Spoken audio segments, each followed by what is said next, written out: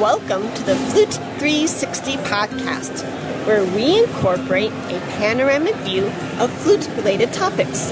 I am your host, Heidi K. Begay, and this is episode 74, NFA highlights from the Wm.S. Haynes Booth. Today's sponsor is brought to you by J&K Productions. Did you know that not only are they a production company for podcasts, but they are a recording company for musicians? Any musical recording needs that you may have, J&K Productions can fulfill that need.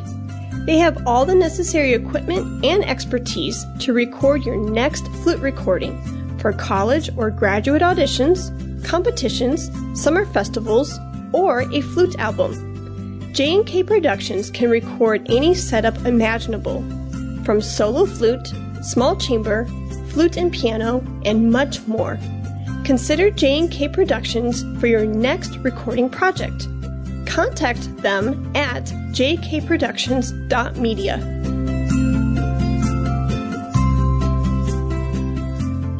Hello everyone, welcome back to another Flute 360 podcast episode. We are here live at the NFA Flute Convention, and as you can hear, it is very lively with lots of flutes and piccolo sounds, which is super fun. But I am here with my new music friend, Paula Gudmundson, and she is located in Minnesota. Welcome, Paula. Yeah, thanks for having me. This is really, really fun. Such a great opportunity to talk to you and talk to all other flutists that maybe were at the convention or didn't get to come and hear kind of what's going on and what people are doing. Yeah. So what are you doing here at the convention? Like performing, playing, presenting? So I'm doing a lot of things at the convention. Luckily, I performed on Friday. I played a piece by Laura Kaminsky called 202-456-1111, which was a piece that my pianist and I commissioned that was based on the phone number of the White House. So it was kind of a fun piece to play, and I think the audience really enjoyed it. Oh, that's so neat. And then I'm also doing stage managing for all the gala concerts. So I go to all the rehearsals and make sure all the artists have what they need, and then make sure all the gala concerts are running smoothly. Nice. You are busy. Yeah, super busy. So that's been really, really fun. I really like doing, having sort of a role to play in the convention, and get to see a lot of the activities, but also get to kind of help put some things on. Awesome. Yeah. Isn't it interesting? I felt the shift the last 3 conventions where before when I was a student, it was like, oh, this is fun. I get to go to this event and hear this player. Yeah. And now, like, since, I think, San Diego? Or North Carolina, it's been like go, like committees and meetings and events and playing. And it's interesting to see that shift. Yeah, yesterday we had the Youth Flute Day, and I'm actually part of the Cultural Outreach Committee, and we host students that receive scholarships to come to the convention, and we take them to all the events, we provide them lunch, and I got to take them through the exhibit hall for a little bit, and just to see their eyes light up and see what it's all about. We visited my friends from Schmidt Music that are from Minnesota, and then also my friend Boaz Burney, who built a Baroque flute for me. So he got to introduce them to some Baroque flutes, so that was really cool. Oh, neat. Yeah, it's neat as teachers and educators to see our students' eyes light up. Oh, cool. They are experiencing this for the first time or the second time, and it's so new to them. To see all the different flutes, and all of them were kind of plotting where they were going to come back and visit. So, and then I saw them later in the day, and they visited a bunch of different booths. So it was great. Yeah. Oh, neat. Yeah. So, what is your committee working on now? Well, actually, this is my last year on the committee. So we've done a number of things for the past, since I've been on the committee.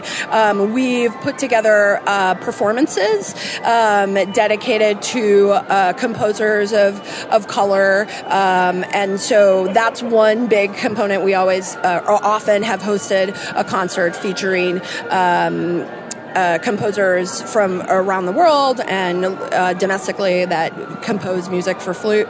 And then we also have hosted panels this year. The Journey to Inclusion was the panel that we hosted. So over the past couple of years, we've always hosted a panel to talk about sort of issues of diversity in our community. And so that's primarily what our committee has been focused on. And also this year, we commissioned a piece for the convention to be premiered here by a Native American flutist and composer. So, oh, neat! Yeah, Mr. Blackhorse. Yeah. Did you interview him? Well, I actually was a peer of his at Texas Tech University. Okay, cool. We took classes together. One class we took was music administration with William Ballinger. Okay. And so I don't know if we graduated with our DMAs at the same time, but I think we did, May of 18, and so I know Will.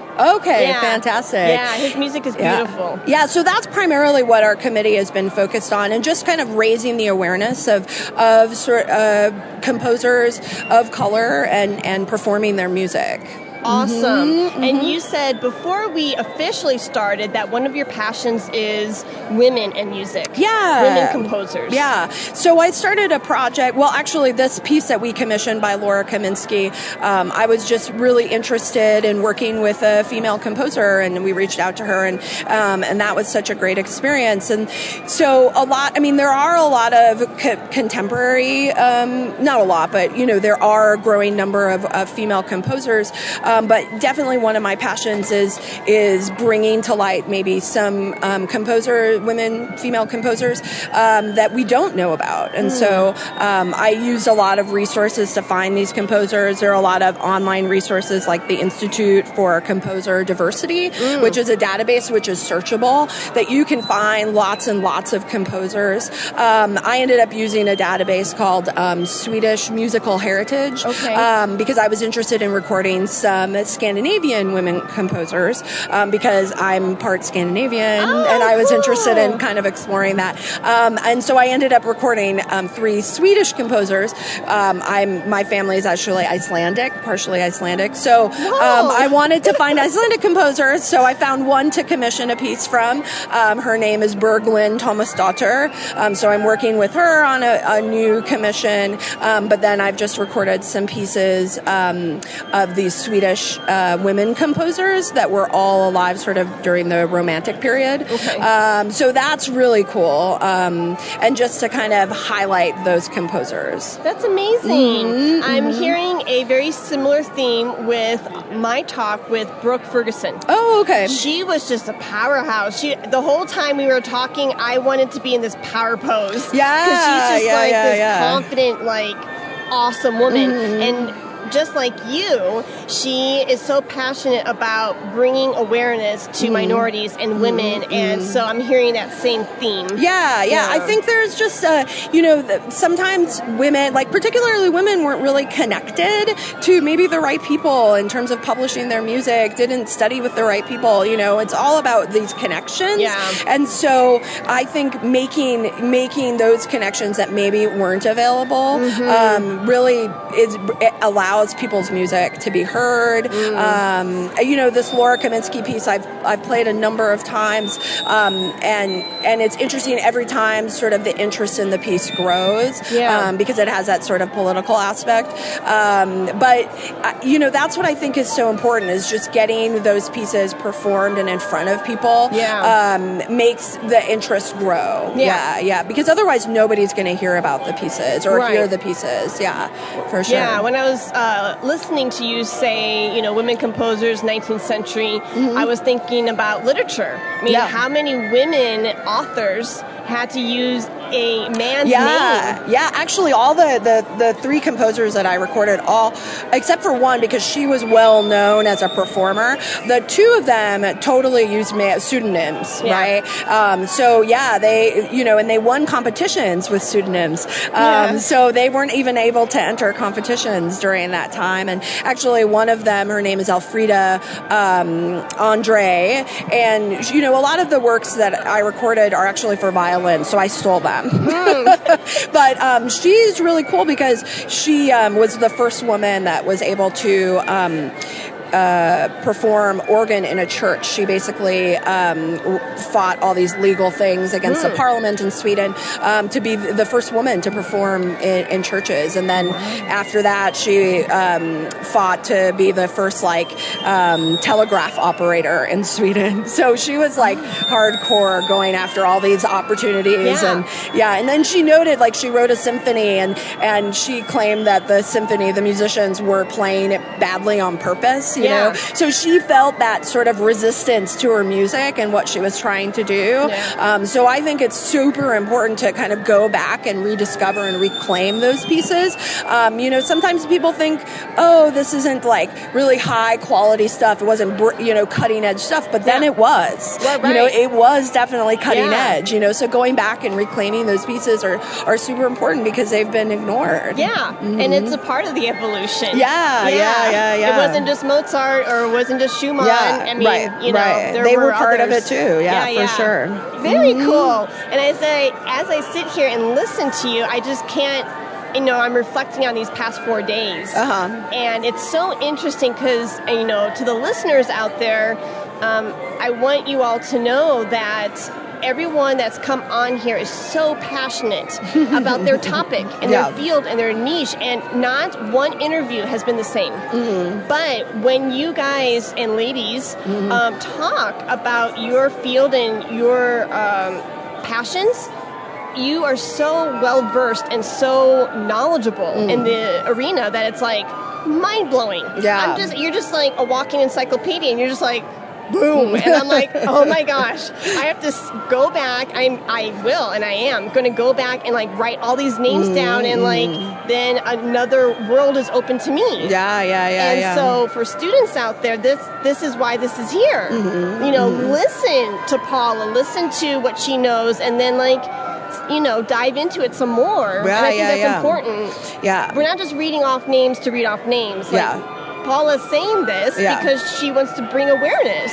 So let's explore this. Well, I think it's great. I mean, that's what's awesome about the convention is you have particular pieces that you perform, pieces that and the great thing is you come here and you're always going to learn something new. That people dive into something really wholeheartedly and really learn and really get into that topic. And that's what I think is great is there's always some opportunity or concert you can go to learn and hear a piece. Like last night at the gala, someone performed the concerto by Eldon Burton, and people were like, what? There's a concerto? So everybody learns something. Everybody gets something new. And it's really great. We have students that give lightning talks now. So there's always something everybody can learn at every level. So it's amazing.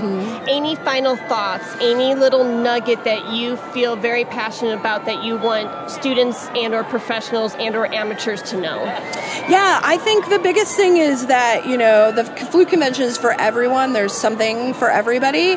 And if you're not able to come, think about the next year, think about how you might want to be involved. Maybe you want to perform. There's so many opportunities to be involved. And I think it's such a great community that, we just want to get more people involved.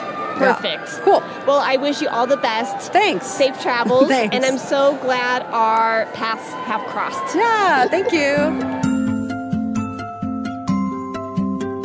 Hi, everyone. Welcome back to another Flute 360 podcast episode. I am here with the lovely Goldsmith, and we met last night. I know. I'm so excited to meet you, Heidi. It was wow. I think what you're doing is really fantastic. I am really excited about this setup that you have, how you're interviewing lots of different people, and I feel like this is one way where we can actually make new friends and be really excited about everything that's going on, and I think you really make that accessible. So, congratulations to you on that. Thank you. That means so much to me. You're so kind. Well, of course. It's true. So we met last night, and our conversation was just so natural. And that's invigorating, and it's a breath of fresh air. And I love that because when you make new music friends and you hit it off, it's like, have I met you before? I know, that's what I was thinking. I feel like I've met you and we've talked and we've had coffee. I don't know. 1,000 conversations. Yeah. I love that, because then now, like, future collaborations, it's just going to be like, boom, and there's no, like, skipping beats or anything. It's just natural. Absolutely. Yeah, so I appreciate that. Oh, well, me too. Yeah. So first, before we get into your dear teacher, Bob Stallman, let's talk about your CD, The Exquisite Allegories. Sure. So this CD came about because I was very interested in introducing to everyone maybe slightly lesser known works, but I felt could actually really stand the test of time and also be in the mainstream. And so predominantly I was really interested in looking at some slightly older music, but as well as more contemporary. So I met Henrik Switzer, the publisher, who has published the Smirnoff Fantasia, and he recommended I look into it. And of course, when I did, I thought it was really fascinating.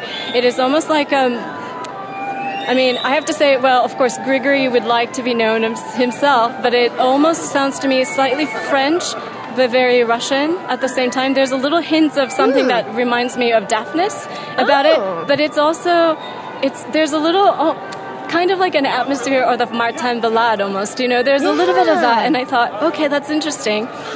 Yeah, but then also I discovered through the son of a man who gave the American premiere of the Gisa King Sonatine, I got to know about the Gisa King variations for the flute, which this man who premiered it has inspired. Anyway, you can go and read about it, I suppose. But so I really got into the Gisa Kings, the Gisa King variations on a theme by Grieg and the Gisa King Sonatine. So those are the special things on the program. And of course there's Karl Frühling, which not too many people know about, but he's a Viennese composer, and his music is just lush and romantic and beautiful. It's almost like an alternative to a Reinecke sonata, because even though it's just one movement work, it's about 14 minutes long, and it goes through 3 different distinct moods. So I think it tells a very lovely story, and you know, the main opening thing comes back around. But the programming for the CD, which is something I'm really excited about with everyone, is that, of course, if you go to iTunes, you through your desktop, you can purchase each individual tracks. But I'm hoping that people will listen to the entire thing in a sitting, and simply because I wanted to give people a journey and a way of sort of experiencing themselves through music as almost like a mirror to them. And so it's the repertoire is ordered in that at first you're charmed by Frühling, and of course Frühling tells his drama and stories, but essentially you could say it's a charming work, and it sort of draws you in to the world of stories, you could say. Then comes Grigory Smirnoff's Fantasia, and in that, some of the emotions that I really feel or I connect with in that piece, amongst others, is that there's a sense of confusion and searching. And I feel like all of us, you know, at some point we encounter these darker emotions and confusion, and I think especially when we're flutists, searching for what do we do next, where do we go, how do we develop as a flutist, as a human being. I felt like the piece takes you on that kind of journey, but he doesn't really dwell on it. I feel that the ending just gives this sense of, let's say, determination, and it just sort of ends like that. So then I thought, well, after a period of experiencing some difficulties in life, I believe that we need time to kind of understand and process that. And the Gisa King variations, I feel like it does that. There's a Buddhist concept called koan, and that is basically meditation. You have a subject, let's say, or a phrase or a statement, a philosophical concept, and then you reflect on that. And that is essentially in other religions as well, or philosophies, or any other mindfulness, you know, let's say seminars, it is a way. But I feel like Theme and Variations does that, because you get this theme, and then the composer reflects different aspects of it and spins it and puts it into different contexts, and through listening to that you understand that theme even more, but you also understand the composer more. But I also feel that depending on how you react to the individual movements, it tells a little bit about your mindset at the moment when you're listening to it, you know? Yeah, so I feel like that's kind of a process that I thought was interesting. So I put that after the, let's say, Smirnoff, you know, to pull you out of that kind of, let's say, darker emotions, you could say. Sure. So then after that comes prayer, and it's the Litany for All Souls Day, the Schubert, which actually I ended up playing for in honor of Robert Stallman in the concert Friday, excuse me. But that's, I think, after a period of reflection, I think there's a sense of hope. And even if you're not like believer in spiritual matters, I think we all sort of have hope, you know, and I would equate hope and prayer the same thing. I'm just using that word, I guess. But I feel like there's a moment when you hope for something better, you wish for something better, and perhaps if you are inclined to pray, you do pray, you know. And I think most of us even pray without using that word pray. Like we send our thoughts out into the universe. And then I think after that comes life and joy. So then the Geistlichen Sonatin, of course, starts out mysterious and with these shifting colors. But then the second movement is like a dance that makes me think of, you know, kind of like those Rodgers and Hammerstein, or maybe even like a Gershwin, like American in Paris movie. I agree. Yeah, with that kind of slightly Gershwin-esque Frenchy, sophisticated dance. It makes me think of Fred Astaire and Grace Kelly, actually. Even though that's like eons before me. But anyway, it makes me think of that. And then after that, you have this last movement, which is just so sparkling and so full of energy. And I feel like it's a send-off to say, come on, everyone, let's go, let's live, let's do these things, let's just forget this fear and, you know, let's prosper. I think that's the message I feel in the last Maid of Geistlichen. So that's the way the CD ends. I love the journey. I love so that's why I thought, okay, what is the most appropriate title for something like this? And of course, the only thing I thought of was, okay, exquisite allegories, because these are allegories. The pieces are allegories of, you know, different emotions that the composer has wanted to express. But in a way, I feel like they're allegories for you, you know, and how you react at the moment. And that kind of stuff. I don't know, maybe it's too deep. No, not at all. You are a creator and an artist, and you had a vision. I guess so. You know, and that's what you did. Yeah, because I think that when you play, you know, one of the things I really, really learned from Robert Stallman, as well as my teacher Isabelle Chapuis, my former teacher Isabelle Chapuis, who is a former student of Gaston Crunel, and Jean-Pierre Rampal. But I think, you know, they always said music first, but they also said you must search for the truth in music. Nice. You know, what is this piece trying to say? What is it trying to do? And I feel like that's sort of very ingrained in me. And I also think, so then in that case, this is my interpretation, what they said, of course, but for me, my interpretation is that, well, when you perform music, the most important thing is your audience, the listener, you know, and then I think about what kind of effect do I want to have on their life for the 10 minutes or 15 minutes or the 45 minutes or an hour and a half that I'm playing for them, depending on the situation. And I think, well, I want to uplift them. I would like to give them an experience where they just come in contact with this music, that all these great ideas and colors and, you know, movements, let's say, and moods. And I would like to just bring that to life and give them an experience where they could just forget about themselves and just experience and be, you know. Like, I think that's a very magical moment when you can forget about the player, you almost forget about the music, you're experiencing and listening, but it's like you just kind of go into this other world, let's say. And I think that when you come out of it, ideally, you should feel more energized. You know, I think ideally what I would like to give is that I want everyone to feel that they're loved. I want everyone to feel that each person is important. And through experiencing what the beautiful masterpieces that these composers have created, that they're understood, that their feelings are understood. You know, that listeners' feelings are understood. I think that's kind of what happens in art.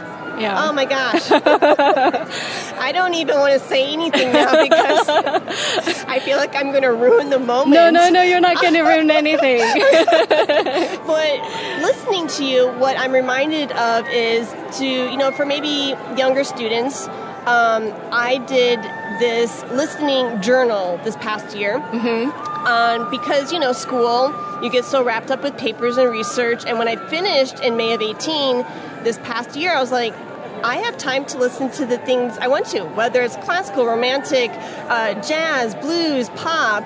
I felt that there were many staples, even in pop music that I never heard, Michael Jackson's Thriller. Or, I mean, seriously. I mean, that sounds crazy, but no. when you're in school, it's just like blinders. And you're absolutely. just, So that concept of what you were saying about the journey, I think about our youth and even, adults. Like when Adele comes out with Hello, her song Hello, we listened to that one single. Yeah. And I realized, I was like, you know what? There's a whole album here. Yeah. She's telling us something. Yeah. As an artist, did she think about that order? Is she trying to send something through each piece, and then as a holistic thing, it has a theme and something she wants us to feel? Yeah. And so I started this listening journal and saying, okay, I'm going to listen to Adele's album 19, top to bottom. Yeah. And, that's what I hear from you. And I think it's important for students and other artists to maybe consider that, because these artists aren't just putting out, I mean, sometimes they are, but they're not just putting out Hello, or they're not just putting out one movement of the King. Yeah. They're doing the whole sonatine, but not just the whole sonatine. They're putting it at the end because of what you just said. Yeah. You wanted that journey and that message. Yeah. So I don't know, just to bring it to maybe a student who's a little younger and really likes pop music, and they want to connect their pop world to maybe this classical world.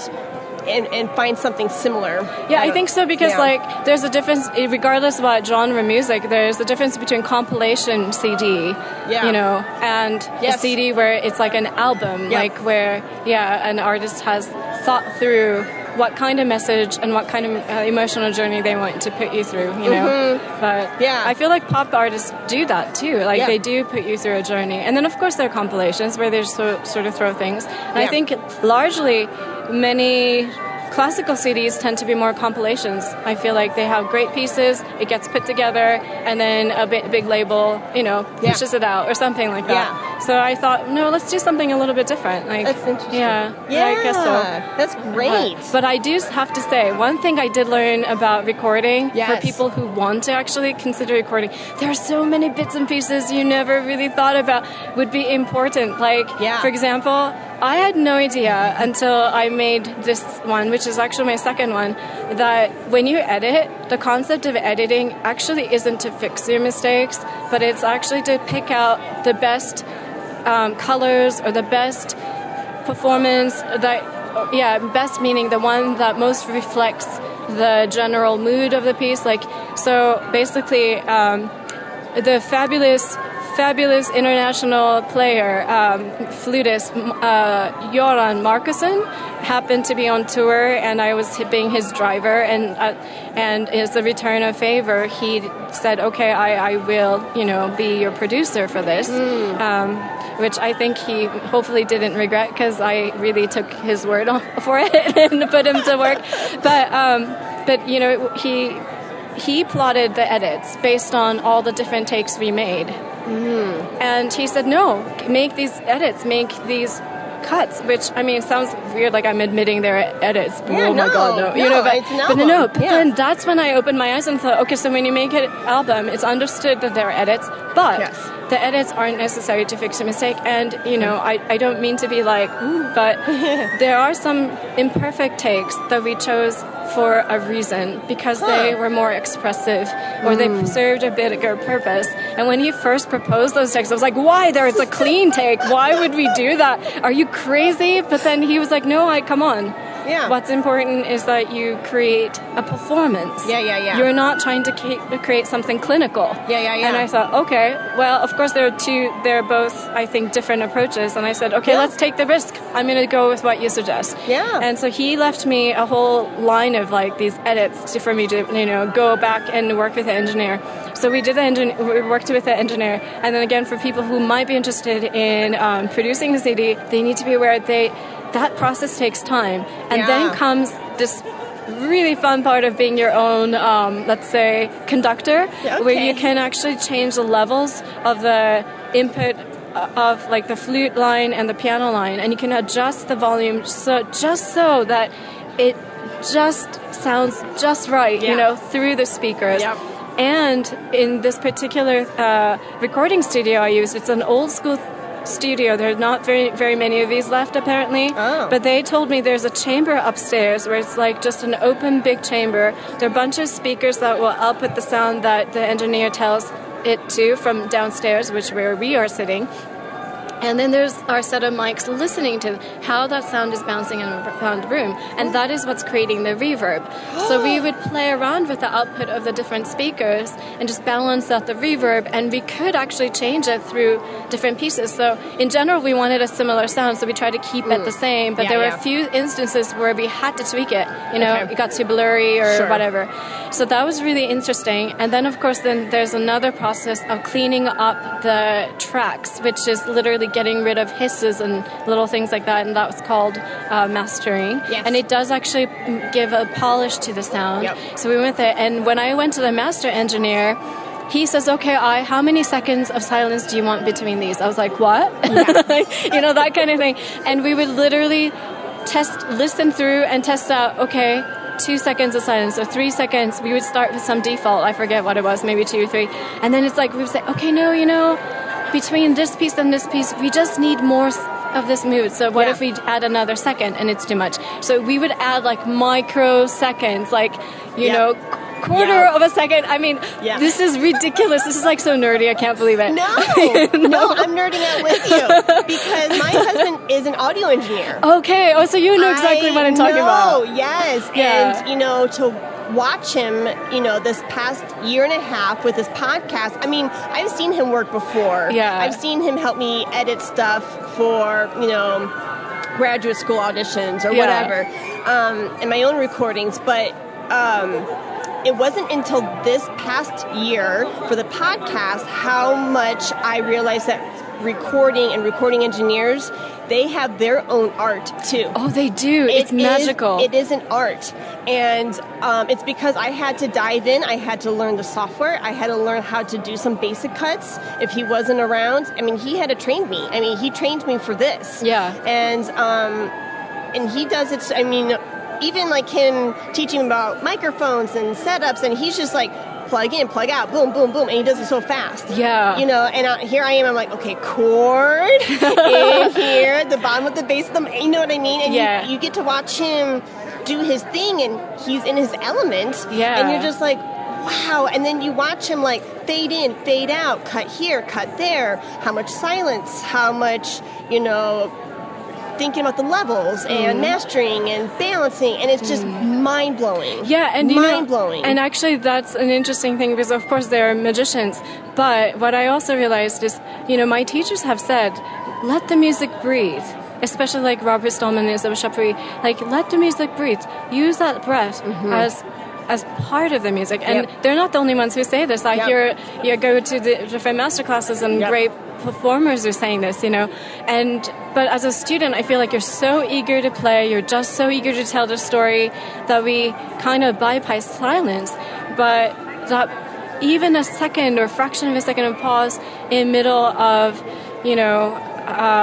of a transition in whatever piece that you're playing actually can change the nuance of what came before and what comes next. And I think this is an interesting point for especially students to experiment with, and other players, amateur players or or anyone actually, to experiment with the amount of silence. Of course, when it's too much, if it breaks the phrase too much and it chops it up, it doesn't work. But I think sometimes just the tasteful amount of silence can make something very poignant. I don't remember what album it is, honestly. And even if I did remember, I would not throw it under the bus at all. But I remember listening to Flutist album, and it was in the car, and Eric was listening, and he's like, the engineer took out the breaths.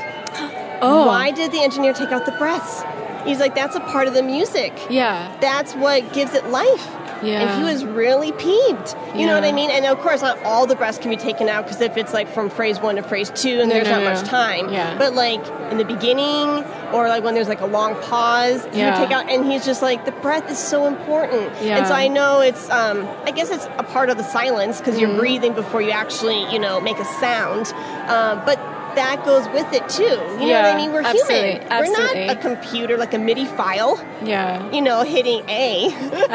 We breathe and then we exhale into the instrument. And so it's all of that is what I'm hearing is you and I are saying the same thing. It's an art. And so these engineers are considering all of these things at many different levels. I think so. And I also really just want to tie that back to what you were saying about students, you know, who are learning flute or experimenting with their musicality. I think that's really important for them to test out their silences. So, for example, when I teach my students, depending on pieces, you know, we actually experiment with pauses. And I feel like many students have a hard time. Again, they get too eager. So, for example, there is a student that who is kind of an intermediate early advanced player, and she was working on the Cenerentola variations by let's see, I think it's Remisat Leduc. It's not the Chopin, but it's a different one, and it's so of course operatic, theatrical. It starts with an overture, you know, and then the da da dum bum bum bum theme comes, and then you have all these variations. But there are several, I think in about 2 places, if I remember correctly, there are cadenza, like short cadenza-like things, and they're rather short, more like what a singer would do, you know. And in order to build up the drama so that you have the climax in the right point so that there's impact, I needed her to stretch notes, you know, just a little bit longer or a little bit shorter, or I need the pause, or I need the breath. And I think I probably drove her absolutely batty. But she was such a good sport. We did this for about 20 minutes. We choreographed this. And then she went and played it on a recital. And the whole room was like, wow, what is this like great playing? And later I said, look, remember those things that we choreographed and we took time, even planning those pauses, and you like, for example, not moving on that note? And then breathing and then moving again. You know, even like, so the pauses of the movement, you could say the silence of a movement, or the silence of a pause, or like you said, a silence involving breath, you know, whether it's the breath sound or it's the pause. But anyway, that really changed, you know, and created drama. It wasn't just how loud you played, how fast you played, or how much your vibrato developed, and it wasn't like that. So I mean, there's so many aspects to playing. I would recommend all students especially to record themselves, and like you said, you know, maybe since we're talking about silence, maybe give a listen to see, okay, where's my silence? Is it working? Is it not working? That might be a fun project for them for the summer. In August, I'm launching my own series where it is me talking about the parallels between podcasting and music making. And one of the huge lessons I learned this year, listening back to interviews, because I'm such a chatterbox, is that I would get excited when my guest says something. I'm like, and I'm like, Heidi, you are like literally, you don't mean to, and you don't realize it, but you're talking over them. Let them finish their thoughts. And I have, hopefully, slowly but surely, I'm evolving as a better communicator and as a listener, because I realized I was not allowing that silence to occur. And playing back things, I'm like, wow, why am I not okay with that pause? Why am I jumping the gun and always on top of them? And I realized I was not okay with the silence.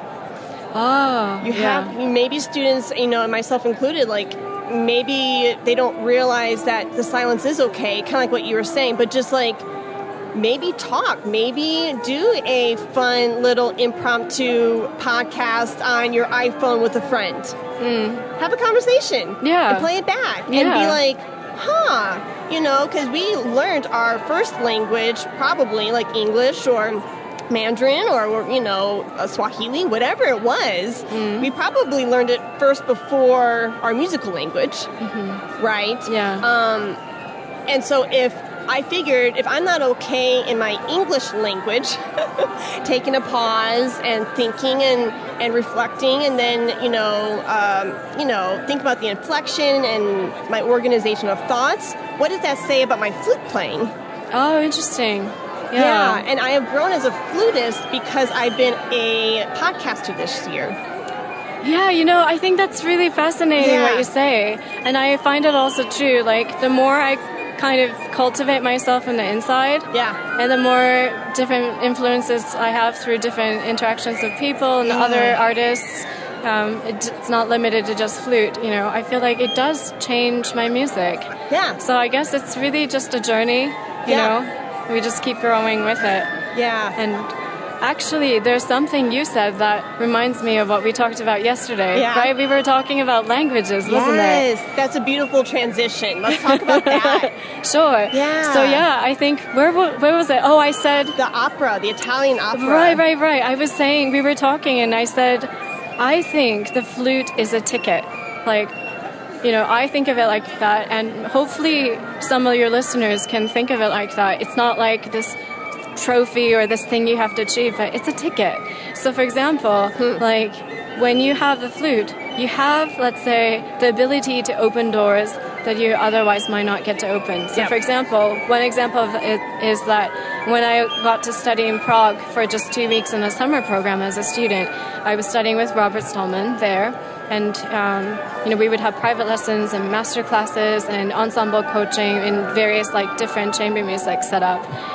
Of course, musically, I grew so much from all the great faculty. But in addition to that, the other thing is the performances were in these castles or churches that were otherwise closed, except for when they hosted concerts.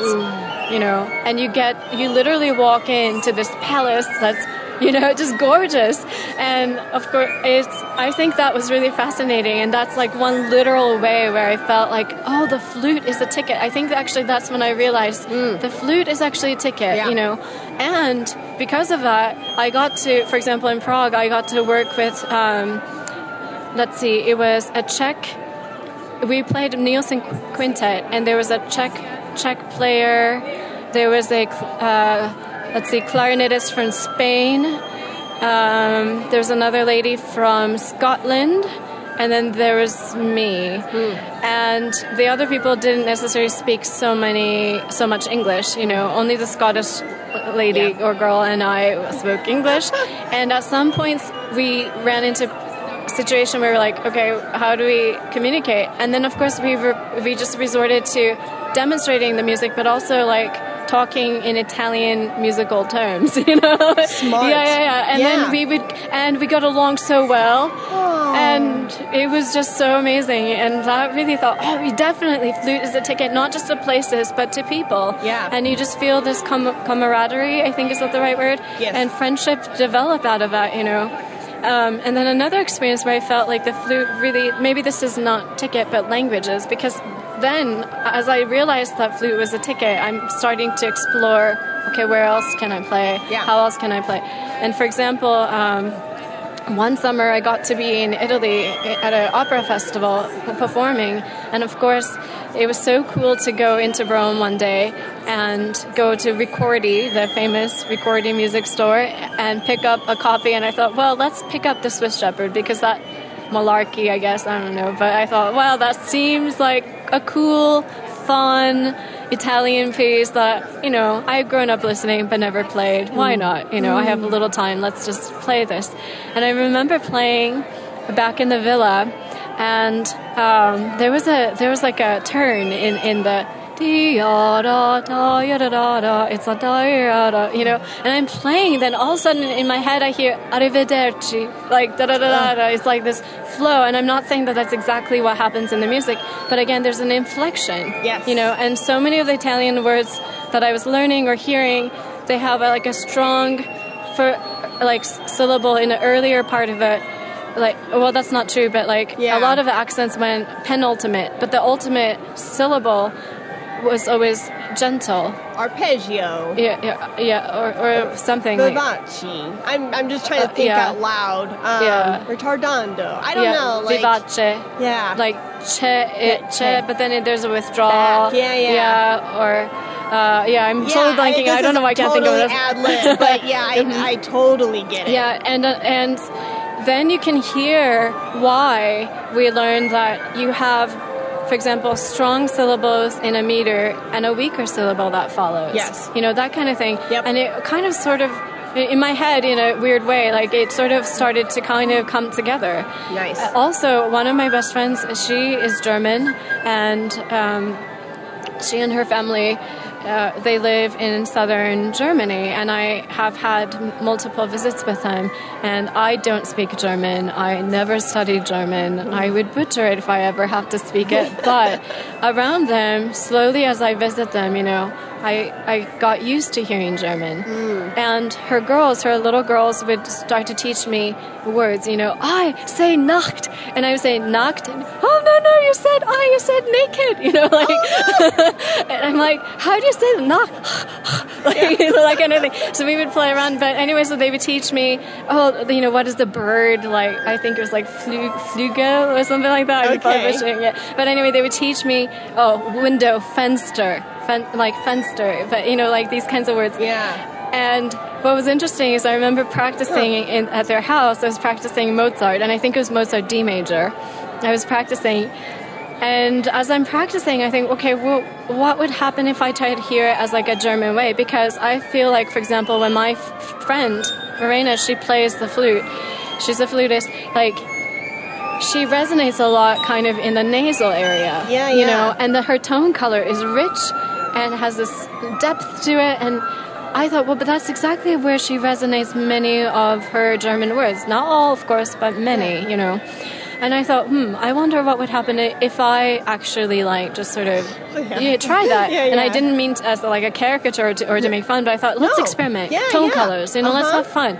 And so I did that, and I thought, actually, now I can hear some of the German, sentences or the flow of the German sentence. In the Mozart, which was interesting because I never really heard it that way. So I called my friend over and said, Verena, let me do a test, And I played it for her the way I hear it. Yeah. And I am French school influenced because my teachers were largely influenced by them, or they are actually French. But so I would play it, the way that I think, I guess, or feel trained. trained or feel most comfortable doing. And then I said, and then my friend says, oh, that sounds French. Okay. Well, I mean, I don't know if it's really French. The French players probably would be like, no, that's not French. But anyway, and then she's like, well, no, that's more like Isabel, or that's more like Bob, or blah, blah, blah. And then I said, okay, well, I want to try this other thing, because now I've been in your house for about 4 or 5 days. My ears are changing. I want to kind of do this other thing. And so I played the same phrase, or like same part of the piece. And she says, yes, now that sounds a little bit more German. Wow, interesting. And she's like, we should do this again, towards the end of your visit to see how more German you get. I think we forgot. We had too much fun. Oh my gosh, but that's amazing. I just think that I think it's fascinating, and it's almost like maybe it's worth it to listen to the language that the composer naturally spoke. In playing pieces. Because another thing is, for example, Iber Concerto, the first movement, it's so syllabic, isn't it? Yeah. But the funny thing is, when I was learning this, I think I was with David Shostak, who is an American flutist, a wonderful, wonderful, incredible teacher and performer. I really love his playing, of course.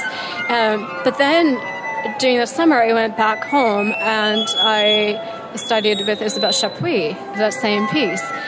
And of course, I overhear her speaking a lot of French to her husband, and when she gets tired, she'll speak French to me, and I can understand a little, so it's fine. And what was so fascinating is also at that same time, I was watching some kind of French movie. I don't remember what it was, but with subtitles, of course. So I'm hearing a lot of this French language, and then I start playing the that kind of thing, and I think, wait a minute, it's almost like it's the the flow of the language, especially when you don't hear the individual words. Like, when you're kind of glazed over and you're listening, it's almost like the flow of the fast-paced French syllables flowing. And I feel like, actually, I hear like sentences almost. And it's all made up in my mind, of course, but it's like I hear that and I think, how cool is that? Like, there are textures, not just textures, but, kind of like this sentence in the music. So I thought that was really fascinating. That's amazing. Yeah, and of course, Robert Stallman often would say for certain phrases, like ba ba ba ba ba ba ba, that kind of thing. He would say parlando, like speak. Yes. Play these like you're speaking. Yes. Yeah, that kind of thing. So maybe it's all these things coming together. You might be interested in listening to the third interview I did on Thursday. It is episode 71. Ooh. And I talked with my colleague, Dr. Spencer Hartman, on his dissertation. And it's all about, I don't know the title off the top of my head, but if you go back to it, you listeners can hear it. Basically, he researched consonances, vowels, and geographical locations. Okay. And how that plays in with our articulation choices, the the mouth oral cavity. Oh, I believe that, yeah. Yeah, the resonances, and thinking about like the mask in a singer, and like what you were talking about, the German, and how, and what was being resonated versus the French versus the Italian, American English speakers. Yeah. You know what I mean? Like where we're placing everything. And therefore, it's like, what are the opportunities for your articulation choices? Like, is it a march, like tiki tiki tiki, like very militant, or are you doing do do do do, like more legato, like a lullaby? What tone color do you want? And where's the tongue being placed? Because that's going to affect the air, and obviously that's going to affect the tone. Absolutely, yeah. So you might want to check that out. Yeah, and we talk about that with my students. I have them. I say, I can hear it in their sound, like I can hear where their tongue is. Like, I think, is it possible, I never assume because I could be wrong, but I always say, is it possible that the back of your tongue is up? It sounds like this. It's interesting. Yeah, and we can't see that. No. You think of string players. Yeah. You can see their articulation and their bowing. True. But we can't see the tongue. No, we have to use really good and have really good ears and that training to help them navigate that. And for ourselves, too. That's true. Yeah. You have been amazing, and I'm so... Oh, thank you. Yeah, I'm so thrilled that you got to share your knowledge and your life experiences. It's very rich. I don't know, but thank you. And diverse, and I learned a lot, so I know the listeners will learn a lot, I think our chat yesterday was like lighter. Today got like a little bit, I don't know. That's okay. We're more different. Serious. Funny. It's probably these microphones. We're like, okay, and we're on. Oh, must be scholarly. No. But it was very comfortable, and thank you. Thank you. I had such a lovely time, and I just wish you so much success with this project. And I really hope that your listeners gain something from our conversation and that they really find themselves, I hope. Yeah, and I'm sure they will. Yeah. So I wish everyone so much luck. Thank you. Thank you. Bye.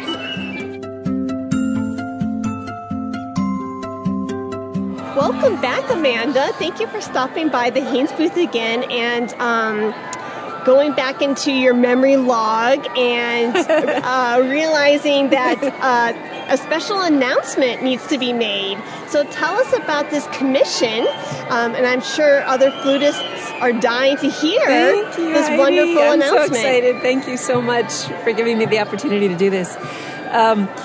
It's a very exciting project coming up that I just wanted to share with you and with your listeners, that the National Flute Convention in 2020 in Dallas has invited my dear friend, the extraordinary piccoloist Erica Peel, to perform at the Gala Concerto concert. And they've invited her to choose a concerto to play. So,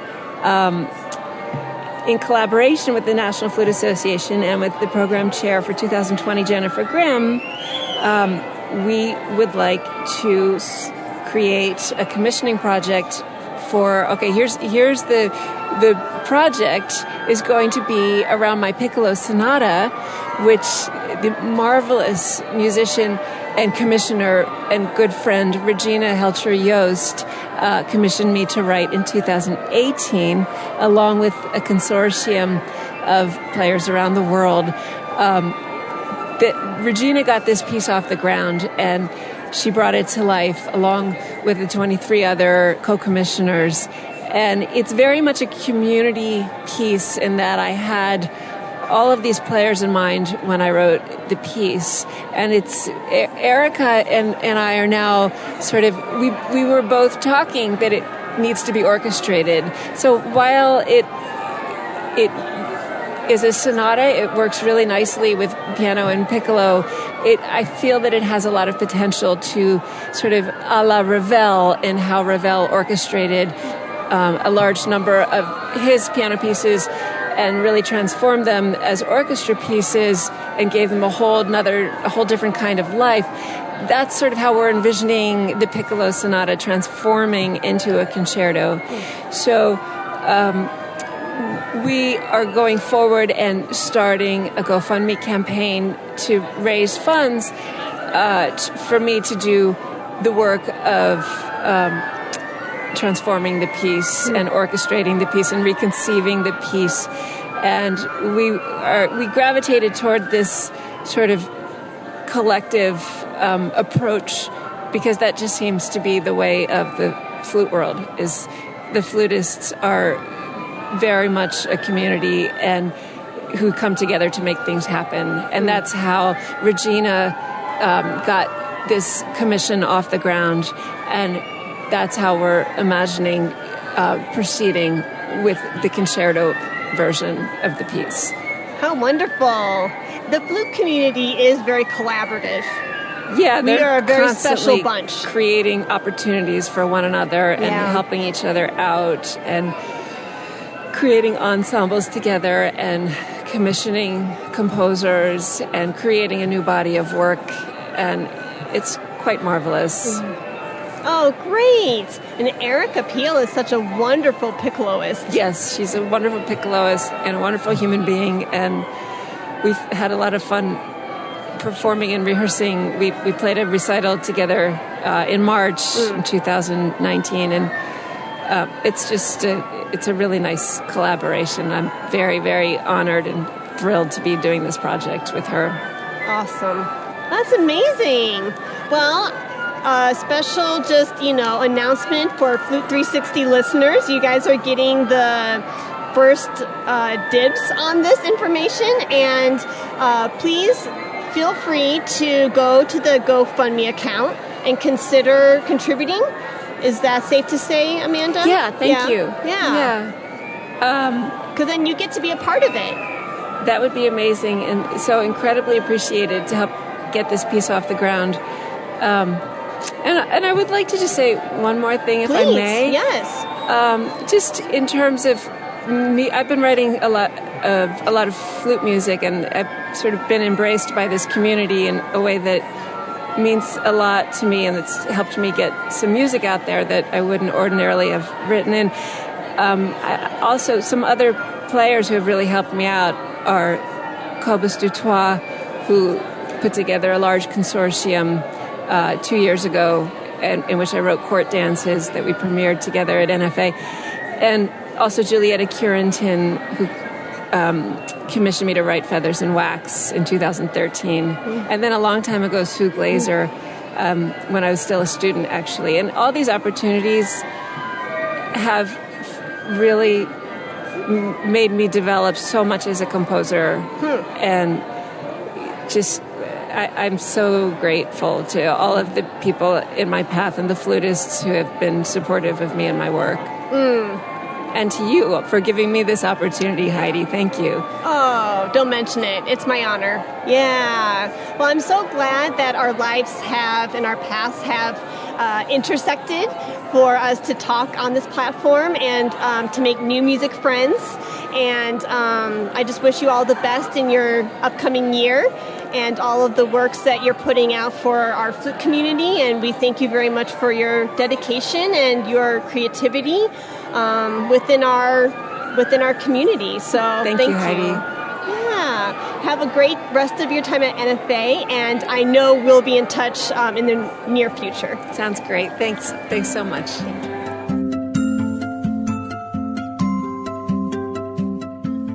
Hello, everyone. Welcome back to the Flute 360 podcast. I am sitting here with Dr. Brooks DeWetter-Smith, and I feel like he does not need any introduction. I mean, he is such a huge, monumental figure in our flute community, and I am so glad we have met, and I'm even more excited to sit here and talk with you. Well, thank you. I'm so thrilled to be here. It's great. Look forward to the chat together. Awesome. Great. So since we are still here in the heat of the NFA convention in Salt Lake City, what has your involvement looked like this year? And tell us the events you attended and the like. Oh, goodness. It's hard to kind of single out particular events, but, the evening events have been great. And I've just been so thrilled by all the performances. Everyone who's played for the evening concert so far has had something very unique and very special to share with the public. My involvement this particular year is essentially with strategic planning.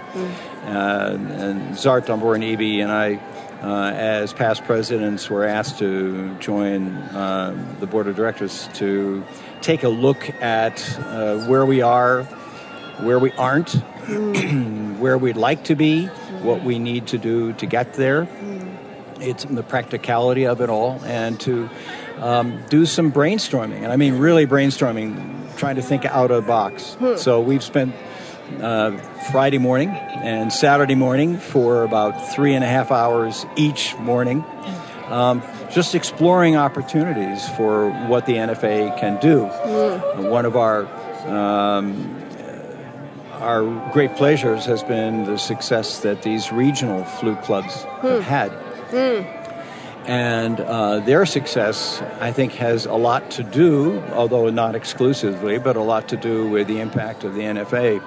But obviously they all act independently. And they have, in their own way and according to their own capabilities, financially and otherwise, tried to do many of the same things that we have with the National Convention, competitions, discussions, whatever. Yeah. And we're glad that there's been a sort of an indirect impact on assisting them. We're wondering what more we might be able to do. What needs, for example, some of these regional flute clubs have that we might be able to somehow provide for or assist in some way with? Are there things that we can do specifically at the NFA National Convention that really cannot effectively work for most of the regionals? I mean, what do we offer which is unique? Yeah. And of course, I'm not going to say, these are the things that we can offer that the local flute clubs can't.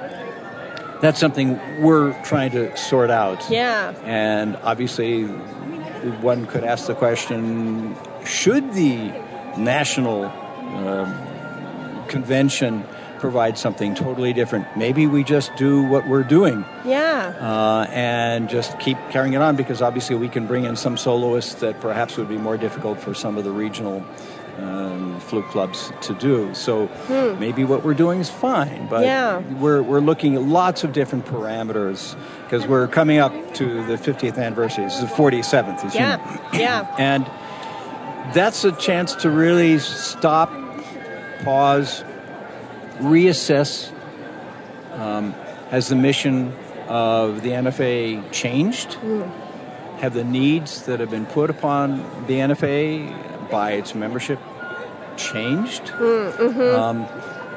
What can we do to serve the membership? What can we do to encourage membership among those who are not members, but who are very much engaged in the flute community, professionally, amateur, hobby, whatever? Yeah. Also for the non-flutists, what could the NFA be doing? So there are just lots of things. And this is the beginning of the process. I mean, this is going to take a while to spin out. But, I guess they wanted to have some of us old guard part of the process because there is a little bit of institutional history. Yeah. And particularly since I'm a former president of the NFA and Zart is more recently a former president of the NFA, we're both looking at that issue of leadership from a couple of decades separated. Exactly. Yep. So, excuse me. No, you're fine. My experience with the NFA in a leadership position has been very different from hers. Okay. And that's fine because we have to make changes over the years. Yeah. But we still bring with all of this some feeling for what seemed to work. Yeah. Where we would like to go. Are there needs that I felt back in the 1990s as president that are still current needs that we haven't met? Yeah. It could be that my perception of the NFA has changed so much that some of what we did then is not especially helpful now. Okay. So the process is many layered. And it's a process which is exciting because I think any organization that stays as it has been under the guise, well, this is the way we've always done it. Yeah. That's destined to fail. Extinction. Yeah. It's just not going to work. Yeah. So it's really important that the board has committed so much of this particular convention to exploring the whole concept of where we go from here. In the many board meetings that I have attended over the years as a board member and also as president, vice president, and so on. Yeah. These meetings that always are all morning long Yeah. at the convention are dealing with lots of things. And those things do need to be addressed. Yeah. And the fact that the board this year is saying, all right, the main focus really has to be on the strategic plan. Yes. Where do we go? Where are we? Where do we go? How do we get there? What are the needs? What can we bring to the table? And so on. Okay. The fact that the board is spending so much of their time devoted to that rather than what the board normally does during the conventions says something about the importance that is being placed on the development of a really sound plan for the organization. So I think that being even a sort of a satellite participant in all of this, because I'm not on the board, and Zart is not on the board, but being a part of this, it's very exciting. Yeah. There's always the question, once you have finished your service, as a board member or program chair or whatever, and a president, okay, now what? Yeah. For many of the past presidents, there's much less engagement than one would hope for. Yeah. And that's not because they're less committed to the NFA, but they have so many other things that were put on a back burner. And they need to be done while they're still creative, while they have the energy and commitment and so on to get those other kinds of activities done. Yeah. So there is very frequently a sort of a reduction in participation. Yeah. For a long time or for a relatively short time, but there is that sort of transition after the presidency. Then, okay, what do you do? What's coming? So, when I was asked whether I would be interested in participating in this project, I immediately said, "Oh, absolutely! Yeah, I really want to do this. How kind of I'm you. so committed to the NFA. Yeah, and I've felt so committed all along, but it's been a very unofficial commitment, and this time now to be a part of the strategic planning, I feel very honored by it, and I'm thrilled to do it, and if I can add just the smallest bit to the big picture, then it's a way of contributing in some way which will carry on for a while. I agree. And working with nonprofit organizations in the past, in my career, I have been heavily involved with the Texas Flute Society and having different positions from, festival co-chair and registration coordinator. And in 2012, when I was president of that year, I did a 1-year term. And, seeing the new presidents coming in, they were always using us past presidents as a resource and as a reference. Right. And I really resonated with what you said about if I can offer a little bit of something, it feels good to keep helping. Unfortunately, maybe because my career is like in the beginning, middle stages of trying to find a full-time job and things like that, I can't be as involved as I would like to as a past president. But there are new projects, and you mentioned this, there are new projects and endeavors that I want to dive into, and our time is limited, and so even if it's, a current president who is Julie Kim Walker, who, took me out to Chinese the other week and said, can I pick your brain a little bit? Even in that 1-hour lunch conversation, I feel like even giving that little bit, I feel good about. But yeah, I think there needs to be some kind of reference point and just to help with the transition from one president to the next, because then you kind of lose that line. But yeah, we do have a little bit of that process in place. When you complete your term as president, you serve on the board as chair of the board. Yeah. And as chair of the board, you do have a lot to say about how the board approaches issues A, B, C, and D. Yeah. Even though you're not the president anymore, there is that way of having impact on the organization at the same time that you're working with the president. Yeah. So there is a little bit of transition, but that's only 1 year. Right. And then it's done. Well, even then in 2013 or 2012 to 2013, then when I think Lisa Phillips was the president who followed me, I was still on the board, and they label the bylaws say then, now you are past president and you will help the new president transition. But even Julie Kim Walker, she's the 2019 president. She's even going back to 2011, 2012, 2013 presidents. And I think that's nice to still collaborate and have those discussions.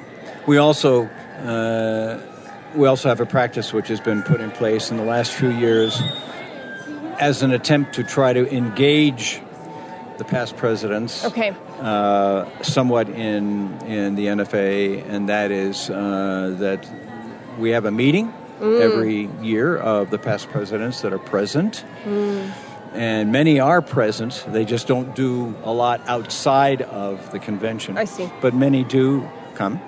And there are some discussions that take place online. Nice. Prior to the convention, which is among the past presidents, what issues are you concerned about? And there can be a little dialogue that takes place, because then some of the past presidents who are not present for the NFA convention still can feel that they are being asked for some feedback from their own perspective. So, I think the NFA is trying to find effective ways of engaging that transition, so that it's not a transition out of the NFA, so to speak, but a transition to a very different kind of an involvement with the NFA. But it's still with the NFA. I think that's essential. Thank you for sharing that. Yeah, there's a lot there that I could relate to just in the small 6-8 years that I've worked with nonprofit organizations. I think that's important to have that discussion. Right. Yeah. So not only are you highly involved with the NFA, congratulations on your recent retirement. No, thank you. Yeah, thank you. Beautiful flutist and teacher. And you were saying before we hit record 20 minutes ago that you are passionate about the oral art, our music, and the visual art. Right. Can you talk about that? Yes, I'd be happy to. I've been involved as a photographer since my preteen years, and I've had a lot of photography in my family as well. My father, my grandfather My grandfather was a professional photographer and had a nice friendship with Ansel Adams. So for people who are photographers or know something about photography, they'll know the name Ansel Adams, who's a real icon as an American photographer. So that my connection with photography has been ongoing for a long time. And even when I was teaching and playing full-time, I was still very much involved in photography, being in the Antarctic a couple of times, and spending time, at Mount Everest Base Camp and going up a little bit above base camp and so on, and doing a lot of sort of on edge, life at the edge, so to speak, somewhat risk-taking, but not foolishly, but I enjoy being on the edge and trying to work with that experience visually. Okay. You can't be at the Antarctic and relate it to anything else, for example. Right. I mean, there's nothing there except ice and obviously some wildlife, but the presence of the human in all of that it's just basically not there. I mean, there's some research stations and whatever. Right. But that raw component was something that had always sort of drawn me. Okay. And so what I've been doing recently is taking my involvement in so many years of photography, both in black and white and color, and trying to see if there's some way of blending that passion for shape, color, design, balance, perspective, that one finds in photography and one also finds in music, and see if there's a way of combining the two. Oh. So that the photographic arts and the music arts combine to do something that neither can do alone. Okay. And that the two together are greater than the sum of the individual parts, so to speak. Sure. So for probably the last 10 years or so, I've been involved in creating a lot of multimedia works. Some of them have been about ice. One of the more recent ones had to do with drawing upon the energy of deserts and rainforests, totally different environments, and seeing if they can be somehow brought into a musical context. And what this project entailed, which we premiered 2 years ago, with deserts and rainforests, where I created a video of my experiences in deserts around the world, in the Middle East, deserts in the United States, and so on, and rainforests in Central America, South America, the Amazon, whatever, and trying to see, is there a commonality that combines these two together in some kind of way that we can begin to recognize that we as individuals and as artists, as musicians and so on, share in the same commonality that the deserts and the rainforests share with one another, because we're so aware of their differences. Right? Lots of rain, no rain. But there is a kind of commonality. And why not try to explore what that is, and then see if being a musician can relate to that. And not only as an acoustic musician, but bringing in technology. Can technology find some way, sort of like a Venn diagram, of joining the visual arts, the standard sort of performing, and the electronics all together, and that space in the middle that they share can become a very rich environment for an artistic expression, and it will contain within it elements that are unique in themselves, but in the combination create something which is absolutely new.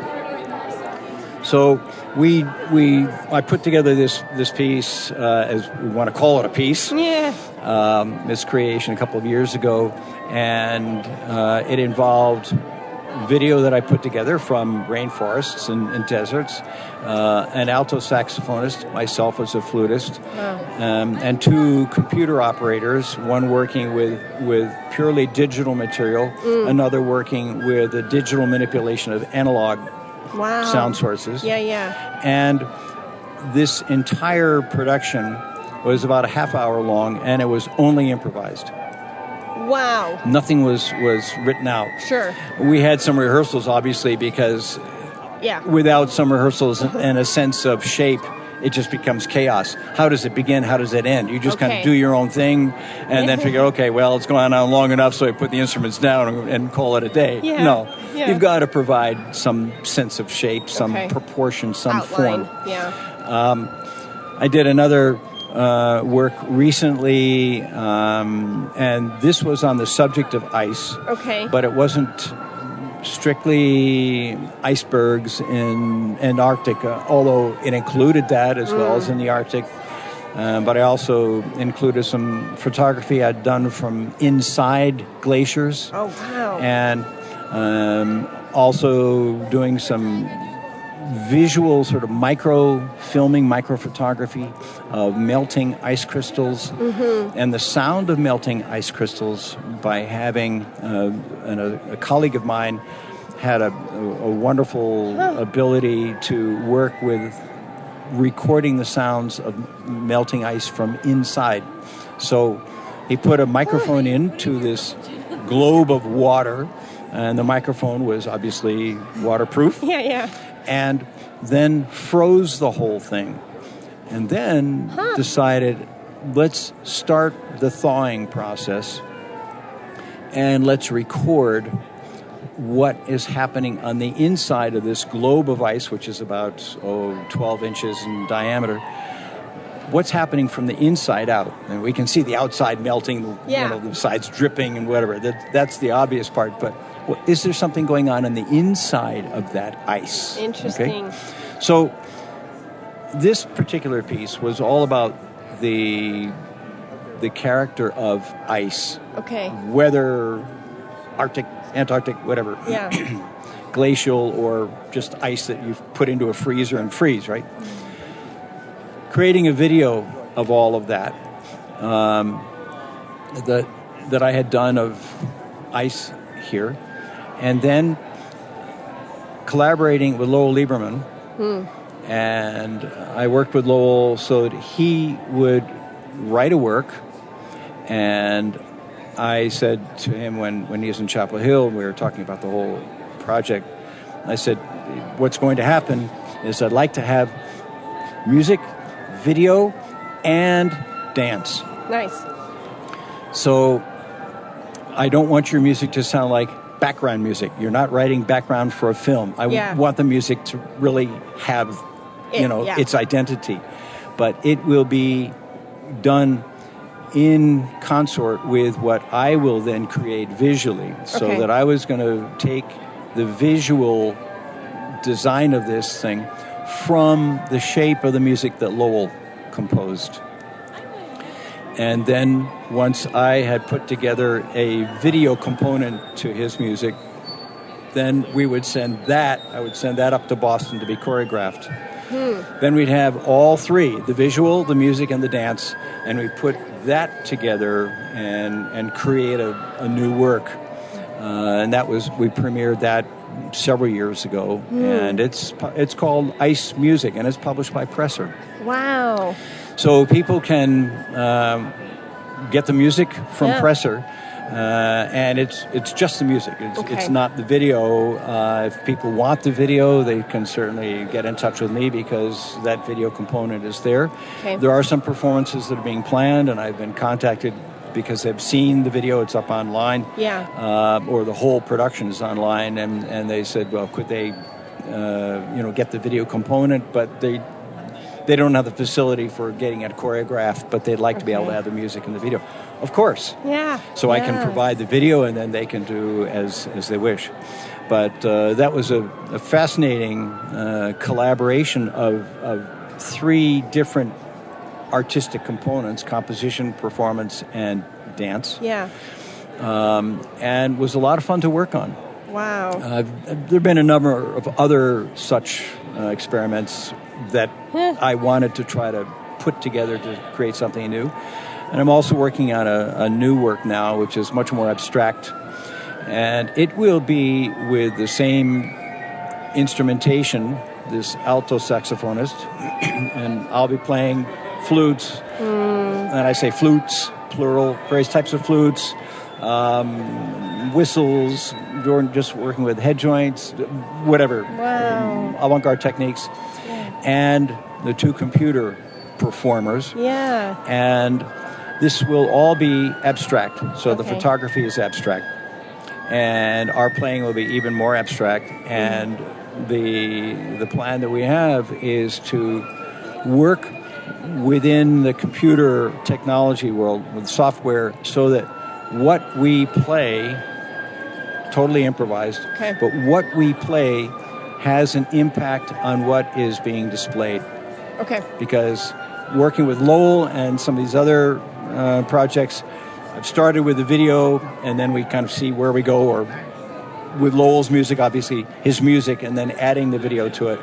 But when, other than that, it's the video which comes first and then everything else happens afterwards. Now, it's the playing which comes first and the video comes afterwards. But I have to create the raw material for this abstract material, and then based on dynamics, pitch, whatever parameters we want to put together, we can then have an impact on how the visual material is going to be presented. Not just what images or what videos, quotes, are being presented, but what happens to those images. Those images get altered in some way, shapes, designs, whatever, all being governed by what we're playing.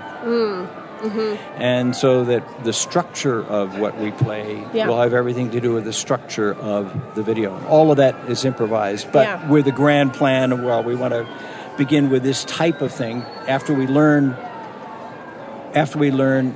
to understand the impact visually on what we are playing musically. Then we can say, okay, in order to get this kind of an effect, now that we know what happens when we do this, now can we structure this so, as any really good piece of music is, there is some direction. It goes somewhere and then it comes back from somewhere. Or it goes somewhere and it's arrived. Right? Or it starts big and then it begins to dissipate and dissipate into the ether somewhere, right? But we can then control the shape of what is going on visually based on the shape of our improvisation. It's not a jazz improvisation. That's not the idea. But trying to find other ways of blending all this and combining all of that with abstract poetry. Wow. So there's so many different mediums. So we're combining all of this together, and I'm in the midst of writing the abstract poetry. And the abstract poetry will have some connection to the video, and yet that can't be just sort of happening randomly. I mean, there will be some spots when there's an abstract thing that I recite or say, and then we begin the playing, and the abstract poetry helps to kind of create some shape in a way, where the abstract poetry is just vowel sounds or consonant sounds or words, and the fascination with the sounds of words. Not the meanings. Let the meanings be according to the listener. They will bring whatever they wish to the table. But just the fascination with the sounds of words themselves. You know? So we're broadening this sort of interdisciplinary sense of music and visual, and music and visual and dance, visual and music, poetry, and so on. I'm trying in these last decade or so to get the various art forms to exist like a giant Venn diagram, and not to be just in their own silos. I mean, obviously we've had ballet for a long time, so that's not new, but we're trying to manipulate this in a very different way, in a very creative way, which puts a lot of the emphasis as far as a musician is concerned, on the creative component, not the recreative component. Okay. It's not a matter of saying, what did Bach have in mind, or what was Bach hearing, or what was the music of Mozart in Mozart's time, beyond Mozart. What was he hearing, and what might he be implied here and there? It's not the kind of trying to recreate and restructure. It's the actual point of creation.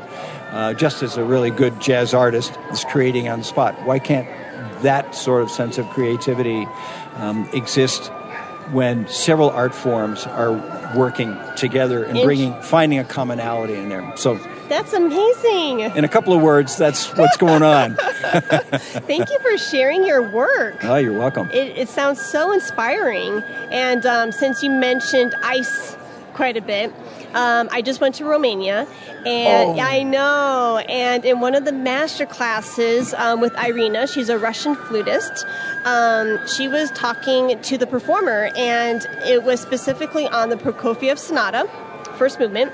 And I don't have a score in front of me, but there was this part where she's like, no, it's crackling ice. Don't you hear that? It's a Russian cold winter. And she played it, and it sounded like crackling ice. It blew my mind. And I was just like, oh my goodness, how did she just do that? I mean, she had to manipulate, obviously the oral cavity and the tongue placement, and to get that. Right. And it blew my mind. So when you were talking about ice and the cold and the penguins down, in the Arctic, I just remembered Irina's statement with the reference in Prokofiev Sonata. So yeah, it's really amazing just to see and to talk. Like Goldsmith, she was just talking about language and Italian, and how she heard arrivederci, and then she saw that and heard it in an Italian opera, and she's like, oh, look how the language and the music go hand in hand. And her German experience and German repertoire, and it's like, oh yeah, that German, I can hear that and how it resonates in the face, and how we can manipulate the tone color for that German piece, and and so it's amazing. My mind is blown. Not to sound too young, but literally, my mind is blown, because all of these topics and everything are just like, people can't see this, but I'm playing with my hands. They're just so interchangeable, and there's so many common themes with what you are all saying, and it's just fascinating. Yeah. I love it. And the other thing that hit home with me is just, your use with this multimedia. I was very fortunate to study with, I cannot remember, it just came to me, at Texas Tech. I took one course in interdisciplinary studies with Dr. Heather Warren. I believe her then married name was Crow, but Dr.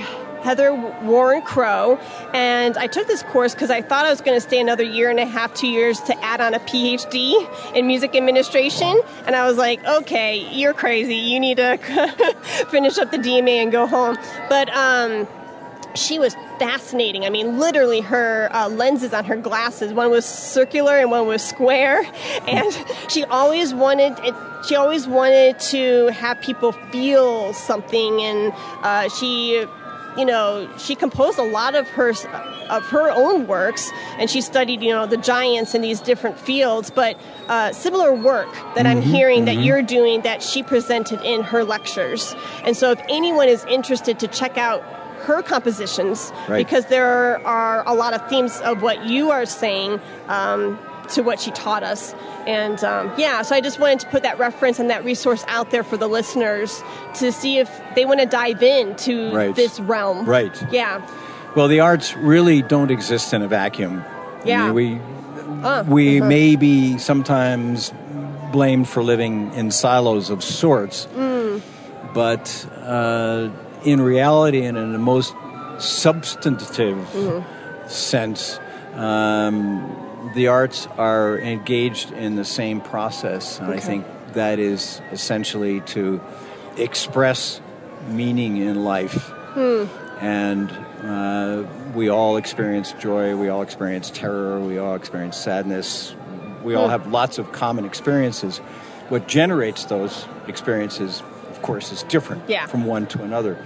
But we all experience similar things, and those experiences find their expression in lots of different ways. But they all come from the same source. Yeah. And this central being of life and of living. And so to treat so many of the arts only in a separate sense, to me, denies the existence of an acknowledgement that there is a commonality of some kind in all of these arts. Yep. And that's why I like to use that sense of the Venn diagram and that point of intersection where all of these seemingly disparate components do interlace with one another. Yes. It's that section where they're together, which I find is really important, and it's that section which is common to everyone. Yeah. And if we can tap into that with the arts, then I think we are taking the level of arts to a point that is often missed when you just spend all of your efforts exploring only one of those circles, and you don't get to, but where does this come from? Yeah. What's bringing it together? What's the glue that holds the whole life experience? Because life is not just music. I know that may sound like heresy. Music is not everything to do with life. Yeah. But it certainly is, for most of us, myself included, of course, the most personal way of expressing what we feel and our way of dealing with life around us. Mm-hmm. But we still, all of us, whether photographers, dancers, musicians, poets, actors, whatever, architects, scientists, we can all somehow search for where there's common ground and where we all are really coming together, because that's really where the meaning of life is. It's not a meaning of life for a musician or a meaning of life for an artist. There is a central component to all of life and to existence, and where we tap into it can become a really exciting exploration and revelation. So that's where I'm coming from. Oh my goodness. I will be playing this interview on repeat for the rest of my life, because I just felt like I just got schooled in, one of the best life lessons ever. And I so appreciate what you have to share and offer. And my goodness, it's so... you're so passionate, obviously, about the field and so much intellect behind it, and your career and just like what you've learned, and it's priceless. And for you to share that, it means a lot to me, and I know the listeners as well. Thank you. Yeah. Thank you. Well, it's been a real pleasure. I've enjoyed it. Good. Thank you for asking. Oh, sure. And, what you said about, what is the commonality between all these arts, it really resonated, because it goes back to my, one of the themes or topics I talked with Emma Shubin, who's a Haynes artist, and she's Dalcrozian. And I told her, before I was a flutist, I was a ballerina. And I had a lot of, at first, when I was a flutist and performing, I wasn't as natural. And at some point I realized, and I had really amazing teachers come along and say, use your body more and things like that. And I'm like, wait a second. I danced and reacted to music with my body for the first half of my life. Yeah. Why am I separating the two?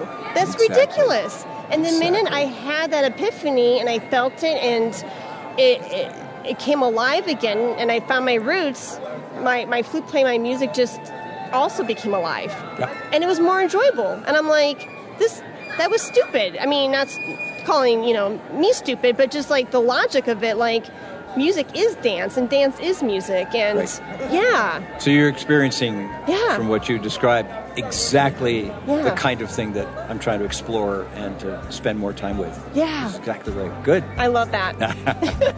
Thank you. Thank you. Safe travels. Thanks very much. Today's sponsor is brought to you by J&K Productions. Did you know that not only are they a production company for podcasts, but they are a recording company for musicians? Any musical recording needs that you may have, J&K Productions can fulfill that need. They have all the necessary equipment and expertise to record your next flute recording for college or graduate auditions, competitions, summer festivals, or a flute album. J&K Productions can record any setup imaginable, from solo flute, small chamber, flute and piano, and much more. Consider J&K Productions for your next recording project. Contact them at jkproductions.media. Thank you for listening to the Flute 360 podcast. For more information, please visit HeidiKBegay.com. And if you enjoyed today's episode, please rate and review in the iTunes store. Let's talk about flute.